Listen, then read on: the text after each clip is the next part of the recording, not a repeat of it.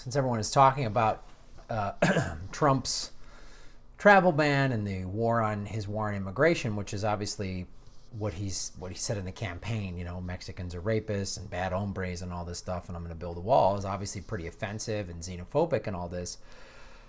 But the groundwork to allow Trump to do this awful crap was by Clinton and Obama. So that's the thing that we need to get the neoliberals to understand, is that the Democratic Party is not that great. And this is why I voted for Bill Clinton in 92 and voted for the Libertarian candidate in 96, because I was just like, I'm done with these guys. And I voted for Al Gore just because of his record on environmental issues and was really thought he was going to, but of course he ran a stupid campaign and the Democrats blamed, you know, Ralph Nader in 2000. And that's why I was never going to vote for Hillary Clinton ever in a million years, because I don't like her and her husband. I just don't like them. They're bad corporate people. So first, let's go into Trump's campaign rhetoric and what he's doing now, and actually what he's, this idea that these criminals are coming, the statistics is, they're not there to support his thing, that there's just this droves of brown, you know, hordes of Mexicans coming over and committing crimes against all these God-fearing white people in America. It's just ridiculous.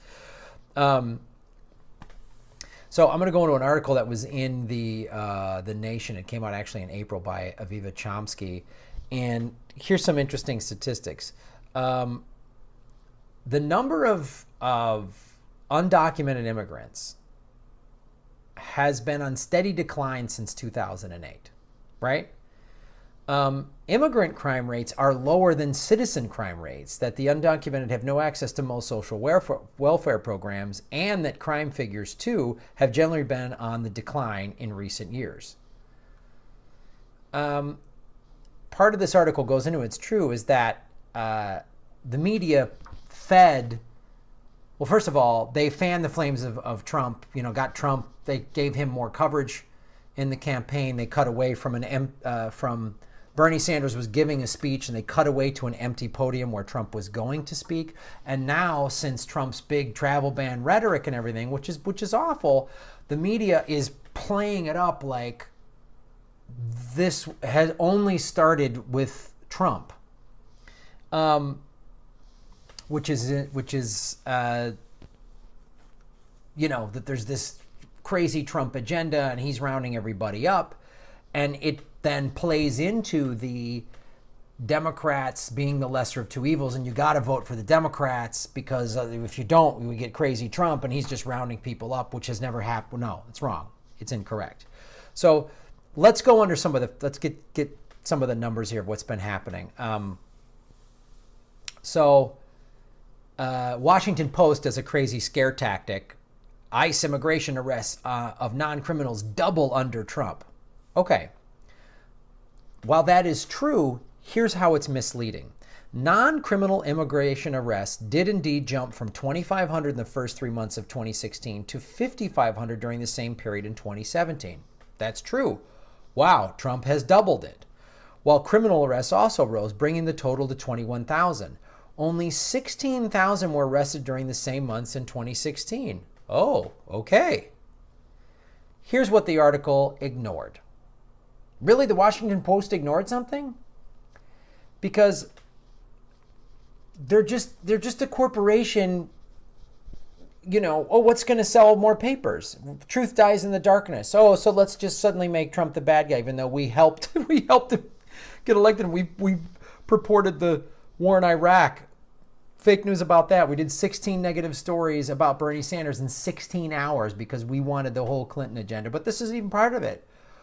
This is probably the Washington Post helping the corporate Democrats go, see, Trump has doubled the deportation numbers from a year ago. Here's what the Washington Post left out. 2016 was the all-time low for arrests under President Obama. In the first 3 months of 2014, for example, 29,000 were arrested. Far more than Trump's 3-month, quote, record, the Washington Post said.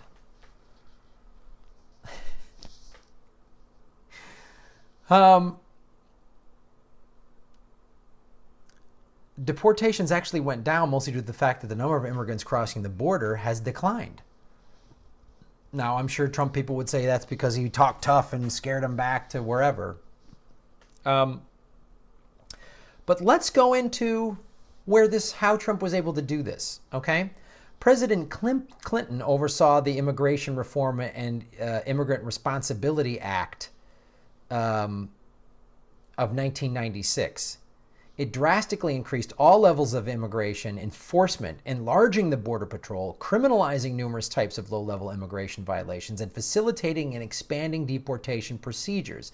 A similar emphasis on casting blame on individuals for structural and systematic problems was also at the heart of Clinton's welfare reform the same year. This is also the same that did the 3 strikes you're out and put a bunch of African Americans behind bars. So this is the way the Clintons. So this is why when, white liberals talk about how great the Clintons and the Democrats are for people of color, it's like, no, the Clintons put a lot of them behind bars and deported them. They didn't help them. So let's take a closer look, though, at the what Obama's 3-part system was, right? So he was claiming he was going to do humanitarian deportation. We're going to deport felons, not families. That sounds great, right? But he saw historic rises in deportation rates. That's what Obama did. How did this happen? He basically had 3 tenets to his policy, right? Interior enforcement, border enforcement, and the Mexican Southern Border Program. In the area of interior enforcement, Obama created several protection and priority programs for undocumented immigrants already in the country that did indeed shield whole groups of people from deportation. Okay? Immigrants' rights supporters who emphasize the humanitarian nature of what Obama did focus on such protections while downplaying the 2 border prongs of his policies. Yet, though not much attended to, even the humanitarian programs incorporated a darker side, criminalizing and targeting those not eligible for them, right? Obama, what he did is he called on ICE to exercise prosecutorial discretion. Immigrants who were parents, students, hardworking, and had close family or community ties, or served in the military, he suggested, should be granted relief from deportation. Okay, that sounds good, doesn't it? Isn't that what Obama was good at? Selling on something that sounds good. We just want to get the criminals out. People here, criminals, we got to get them out. People who are here and productive members of society, I'm off. Doesn't that sound good? That sounds like a good plan. Sure, absolutely. What happened though? All right, I'll read what they say. He offered a language of innocence versus criminality and the illusion that when it came to immigrants, the notion of criminality was self-evident and universally agreed upon. By dividing them into felons versus families, he actually contributed to the criminalization of large group of immigrants and so fed directly into Trump's future rhetoric. He also drew on Bill Clinton's tough on crime policies in ways that linked the criminalization of people of color with the deportation of criminal immigrants, also overwhelmingly people of color. Once criminalized, they fell into a separate and unequal immigration enforcement system in which due process was eliminated and deportation, the ultimate draconian penalty, could be implemented regardless of the seriousness of the crime. See what they did? So since they drew this line and said, well, there's criminals, so then, driving without a license, boom, you're in the criminal side. You're an illegal alien you're a criminal. Some ridiculous thing like that.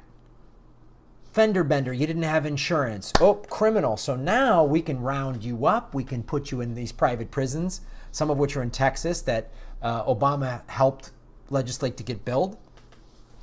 And now you've got no rights. And we're just rounding you up like a terrorist. See? Do you see how he did that? Obama did that. And he used legislation from Clinton. And so now Trump, vulgar, crazy asshole that he is now running wild. See, we had Bill Clinton and Obama and their nice democratic smiles. doing all this awful shit. The Clintons made the Democratic Party a Republican Party. They just made it a pro-choice Republican Party. And the Republican Party has gone so far right, they're nuts now. Right? So read this book, Michelle Alexander, author of The New Jim Crow, has made strikingly clear all of this, the redefinition of minor crimes as felonies, the increased pressure on those charged to plea bargain, the measures that excluded felons from public housing, employment, welfare rolls, voting booths, and other aspects of society, relegated a significant number of black men to a permanent underclass. Undocumented immigrants were also caught in this web with some special twists. In the wake of Clinton's 1996 immigration law, for instance, convictions of just about any sort, including the most minor crimes, became grounds for deportation, even retroactively. So a long ago violation that resulted in probation and community service or a small fine now became evidence of an immigrant's criminal status. Okay, I think I told this story. I ran across the street, not in a crosswalk, and I got a jaywalking ticket from an LAPD officer, a bald white dude all yoked out who seemed like fucking crazy, like he wanted to have his hand on his gun as I lightly jogged across the street to go to a play. Then I had a court date, and I had to reschedule the court date because I was on the road, and then the next court date fell. I was available that day, and then we suddenly got some extra money to go to Australia and Japan for the Earbuds documentary. And I forgot to switch my court date. So then I got a notice in the mail, you have a failure to appear. Oh shit, oh my God, I'm an idiot. So then I went to court, did community service. They gave me some extra community service because I had a failure to appear. But I'm a nice American white guy. Hey buddy, do your community service, everything's good. See how that just work? I missed the court date. I was busy with work. Oh shit, I should have stayed on top of that. My fault. I'm then deported and I can get thrown in if I'm an illegal immigrant or I'm here from just another country. Maybe if I'm here legally, they could say and do that. Oh, now I'm in jail. Now I have no due process. Do you see what they could do? I just have nice, middle-class white guys mistake, cops being a complete asshole. But imagine if I was Latino running across the street. Imagine if my skin wasn't tan from surfing, but was actually brown because of my ethnicity. And my last name was Rodriguez, or I didn't have my paperwork on me, or whatever. Would have been a lot harder road. And this was because of legislation from Clinton and legislation from Obama, and now it's even worse from Trump. So don't let anybody tell you we just need any old Democrat resist, resist, resist. The Democratic Party has been fucking us for the better part of 25 years, if not longer. I mean, God, you talk to Ralph Nader and Noam Chomsky, they'll talk about Lyndon Johnson back in the 60s, not sooner. So it's a nice long article. The link is below if you want to even get more information. But again, as I've said time and time again, Trump is just an ugly, vulgar version of what's already happening. If these laws weren't put in place by Clinton and then expanded by Obama, Trump wouldn't even be allowed to do this crap. And even with that, they still blocked the travel ban several times. The courts did. Stay vigilant. Thanks for watching the show.